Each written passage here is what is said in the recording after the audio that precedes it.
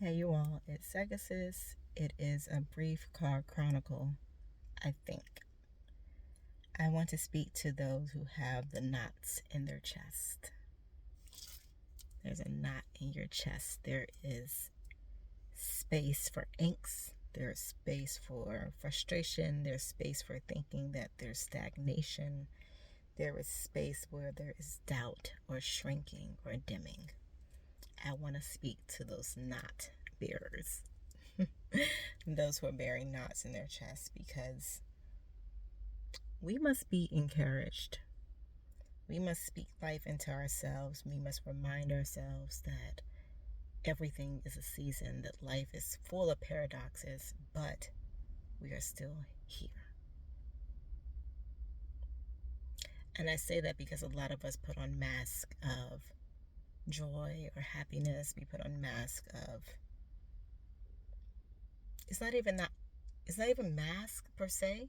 We mask what we are silently managing with the paradox of still being tenacious, still being determined, still being highly functioning. We still manage that space. We still get up and do our roles and we do our responsibilities, but there is that knot in our chest, that frustration in our chest, that sadness in our chest, that hopelessness in our chest. And we carry that right here, and then that is why we have challenges or struggles fully breathing through our being, breathing life, because we have those knots we carry, those frustrations, those sadness, those angst, that hurt, that worry.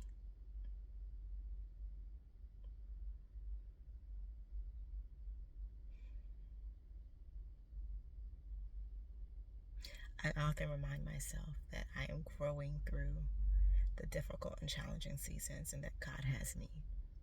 Because when we try to operate within our own strength, there's always going to be a risk for faltering, because we were not created to just operate in our own strength. We were created to lean into God and truly trust God. And I was reminded a few weeks ago about how we relinquish control and how we surrender to God, but also how we sometimes get on the boat that's supposed to be rescuing and saving us and pushing us through. But then we have like a little rescue boat on the side. And what triggered me was there's a little rescue boat under the tarp. Because I constantly try to make sure I'm killing ego. I'm trying to kill my need and desire to be in control of things that directly and indirectly affect me. And I was reminded that having that little rescue boat under the tarp is still not fully trusting God. You'll see me look around. I'm constantly looking around. My best friend teases me about that constantly. My eyes and my head stay on a swivel. But also my pups are outside with me. And so they know I'm in the car and they are having a moment to themselves. But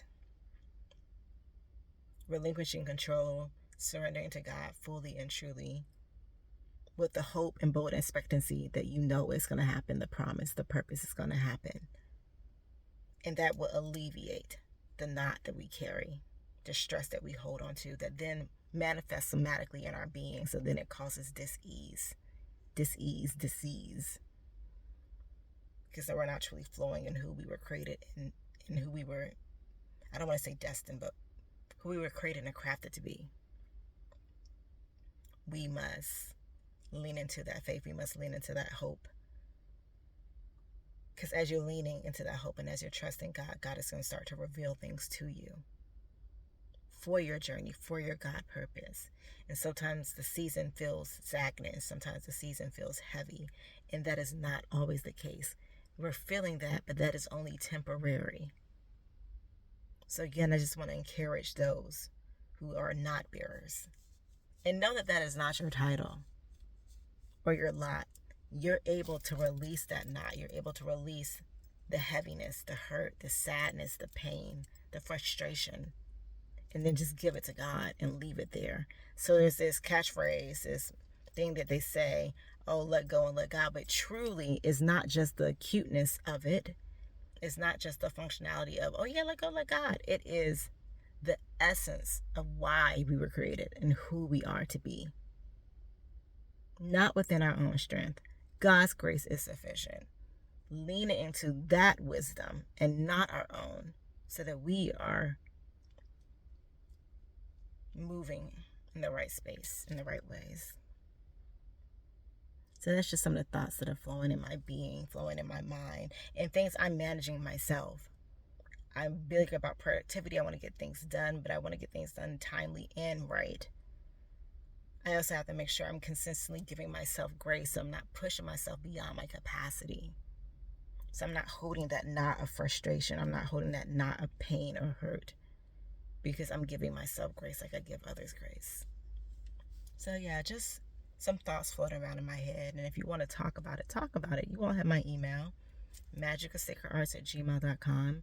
You all can DM me on Instagram, messenger me on Facebook, so we can kind of have that real conversation of what it looks like to apply these resources, apply these knowledge and this wisdom and understanding in a practical way to our daily lives, so that we're not alone and we're reminded that we're not alone even when we feel lonely. Okay. I love you all so much. I hope you're encouraged, speaking to your heart. Know that you're loved. Know that you're valued. Know that your presence is purposeful. Continue to pour life, breathe life into yourself and then those connected to you. All right. Bye.